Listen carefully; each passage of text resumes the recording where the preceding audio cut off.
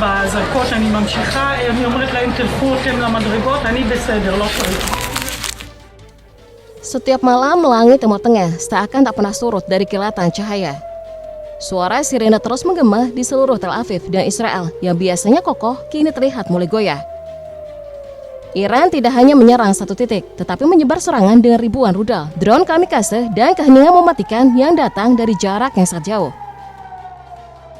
Serangan terus datang silih berganti, tetapi kali ini ada yang berbeda. Apa yang dilakukan Iran bukan sekedar untuk menunjukkan kekuatan, melainkan sebuah peringatan keras bahwa bahkan Israel yang sama ini dipuja karena kekuatan militernya bisa terluka. Lalu apa yang terjadi sesudah hujan rudal itu? Bagaimana dampaknya terhadap sistem pertahanan Israel yang selama ini dianggap tak terjamah? Dalam video ini, kita akan menelusuri bagaimana keadaan Israel setelah dibombardir oleh Iran. Kita akan lihat sisi-sisi kehancuran yang tak banyak diberitakan, serta bagaimana politik internal Israel mulai terpecah. Yang pasti serangan ini bukan hanya menghancurkan bangunan, tetapi juga menyampaikan pesan yang langsung mengarah ke pusat-pusat rahasia yang selama ini terlindungi. Allahu Akbar! באזעקות אני ממשיכה, אני אומרת להם תלכו אתם למדרגות, אני בסדר, לא צריך. Serangan berikutnya datang dengan cara yang lebih sunyi, namun tak kalah strategis. Kali ini yang menjadi sasaran adalah Institut Weizmann di Rehovot, pusat riset milik Israel yang selama ini menjadi tempat pengembangan proyek nuklir dan teknologi militer rahasia. Pada malam kedua serangan, sebuah rudal Iran meluluh lantakan kompleks ini tanpa peringatan. Ledakan ini mengguncang kampus riset, menghancurkan beberapa gedung dan laboratorium utama. Asap hitam mengepul di area yang sebelumnya tak pernah disentuh kekerasan. Serangan ini lebih dari sekedar fisik. Ini adalah simbol bahwa Iran sudah menembus pusat dari mesin perang Israel.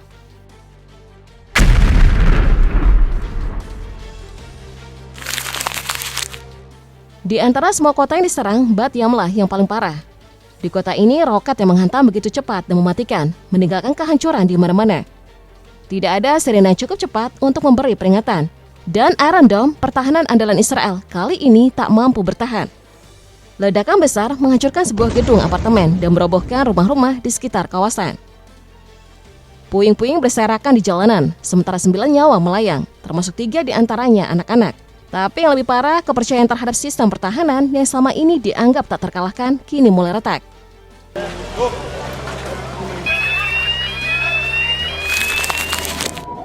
Pada hari Minggu, kota Kaisarea yang terkenal sebagai daerah elit di Israel Utara menjadi sasaran serangan. Namun kali ini serangannya berbeda dari yang lain, bukan pangkalan militer, bukan kilang minyak, tapi langsung ke kediaman pribadi Benjamin Netanyahu. Rudal menghantam daerah sekitar kota dengan ledakan yang mengguncang kawasan mewah tempat tinggal Perdana Menteri Israel tersebut. Meskipun tidak ada pengakuan resmi dari pihak berwenang, pesan dari Iran sangat jelas. Kami tahu siapa yang mendalikan perang ini.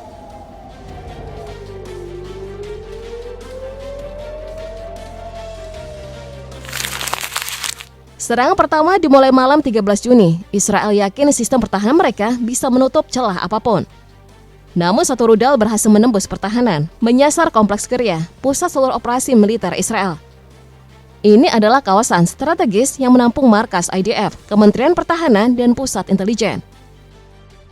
Kiryat dilindungi sistem pertahanan canggih seperti Iron Dome, Davis Sling, dan Arrow 3. Namun satu rudal tetap berhasil mencapai sasaran. Meski pemerintah mengumumkan tidak ada korban jiwa, peristiwa ini mengguncang psikologis. Jika Kiryat, pusat kendali utama, bisa ditembus, lalu apa yang tidak bisa?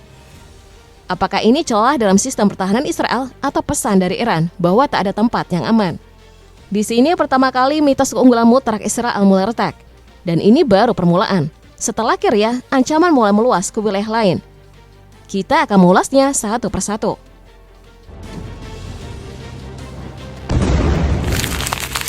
Tak jauh dari Bat Yaman, Rishon LeZion juga diserang dengan kerusakan lebih parah. Rishon LeZion hancur seperti Gaza. Rudal menghantam permukiman padat dan kawasan industri, merobohkan gedung, meretakkan jalan, dan menyebarkan serpihan kaca. Dalam video warga, puing-puing bangunan dan kendaraan rusak parah terlihat jelas. Warga setempat tampak syok, namun mereka juga mencerminkan bagaimana warga Israel kini merasakan apa yang sama ini mereka timpakan kepada wilayah lain.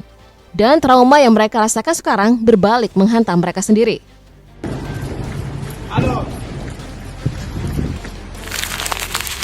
Serangan berikutnya menghantam Ramat Gan, kota yang dikenal tenang di pinggiran Tel Aviv dan hampir tidak pernah tersentuh konflik. Namun malam itu ketenangan itu hancur. Salah satu rudal Iran langsung mengenai blok apartemen besar di pusat kota.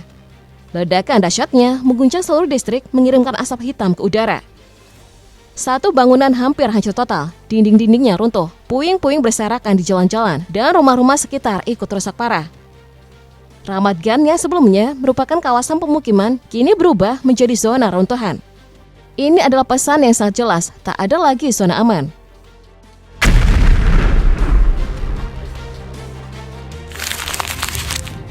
Memasuki hari keempat serangan, ancaman semakin besar. Bukan hanya kota-kota padat penduduk yang menjadi sasaran, namun kali ini jantung industri energi Israel. Haifa juga terhantam. Di tengah hujan rudal yang diluncurkan Iran, satu rudal menghantam pembangkit listrik utama di kota ini. Api membumbung tinggi, sementara pasokan listrik ke sebagian wilayah utara langsung terganggu. Tak jauh dari ledakan, fasilitas penyimpanan amonia terbakar. Jika meledak, dampaknya bisa merenggut ribuan nyawa. Kilang minyak Haifa, fasilitas energi terbesar Israel, dihentikan akibat ledakan hebat. Serangan ini merusak infrastruktur vital, memaksa penghentian operasional darurat. Ini bukan hanya serangan terhadap rakyat, tapi juga sistem yang menopang negara, energi produksi, dan daya tahan Israel.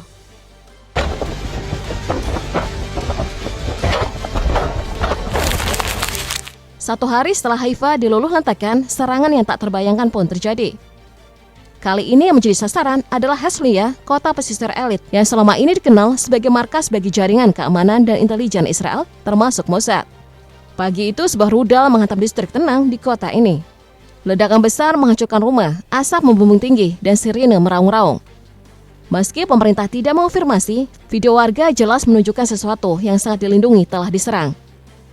Ini bukan serangan biasa, melainkan pesan langsung ke jantung kekuasaan bayangan Israel. Tidak ada lagi tempat untuk bersembunyi.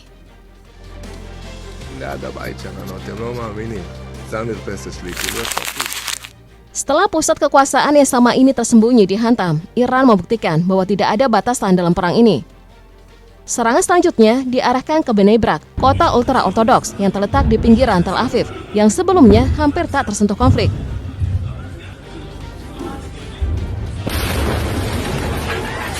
Pada malam 16 Juni, suasana berubah drastis. Langit yang tenang tiba-tiba muram saat rudal menghantam kompleks apartemen di tengah kota. Ledakan meruntuhkan sebagian bangunan, meretakkan dinding, dan memecahkan jendela. Warga terkejut berlarian keluar rumah, masih mengenakan pakaian ibadah.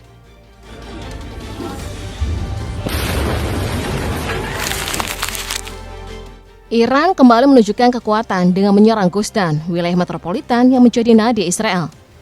Beberapa rudal berhasil dihancurkan, namun tak sedikit yang berhasil lolos. Ledakan mengguncang area yang padat pemukiman, kawasan bisnis, dan infrastruktur vital lainnya. Puluhan bangunan hancur, kendaraan terbakar, dan beberapa wilayah terputus pasokan listriknya. Gush Dan bukan hanya sekedar wilayah, ini adalah jantung dari Israel, pusat pemerintahan, teknologi, dan kekuatan militer. Serangan ini lebih dari sekedar kerusakan fisik. Ini adalah peringatan yang menggugah ketakutan di tengah rasa waspada yang sama ini mereka rasakan.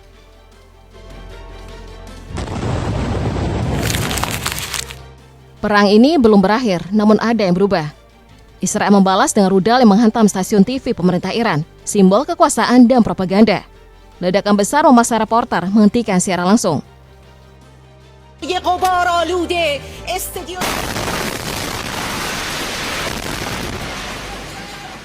Namun serangan ini bukan hanya soal fisik, ini adalah pesan simbolik yang lebih dalam. Iran membalas dengan ancaman terbuka, operasi hukuman akan dimulai. Warga Israel harus segera meninggalkan negara itu. Informasi bocor dan dunia mulai gemetar. Israel ternyata tengah merancang serangan yang sangat radikal. Pembunuhan terhadap pemimpin tertinggi Iran, Ayatollah Ali Khamenei. Namun reaksi dunia tidak bisa dihindari. Donald Trump melalui komunikasi internal disebutkan saat menentang rencana tersebut. Dari Moskow, telepon langsung disambungkan ke Yerusalem.